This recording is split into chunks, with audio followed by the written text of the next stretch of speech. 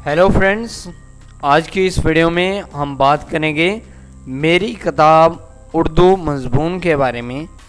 दोस्तों, अगर आपने अभी तक इस चैनल को सब्सक्राइब नहीं किया तो प्लीज़ अब जल्दी से इस चैनल को सब्सक्राइब कर लें और साथ ही बेल आइकॉन बटन को भी प्रेस कर दें।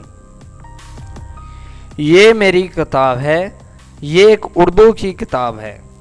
इसमें बहुत सी कहानियाँ हैं। इसके 40 पेज हैं। मैंने इसे बाज़ार से ख़रीदा है। इसकी कीमत 150 रुपये है। मैं इसे रोज़ाना पढ़ता हूँ। ये एक बहुत दिलचस्प किताब है। इसमें बहुत सी मालूमात है। किताब इंसान का एक सच्चा दोस्त है। मैं उसे बहुत शौक़ से पढ़ता हूँ। मैंने इससे अच्छी अच्छी बातें सीखी हैं। मैं इसे संभाल कर रखता हूँ। तो दोस्तों, ये था 2 क्लास के स्टूडेंट्स के लिए ऐसे मेरी किताब।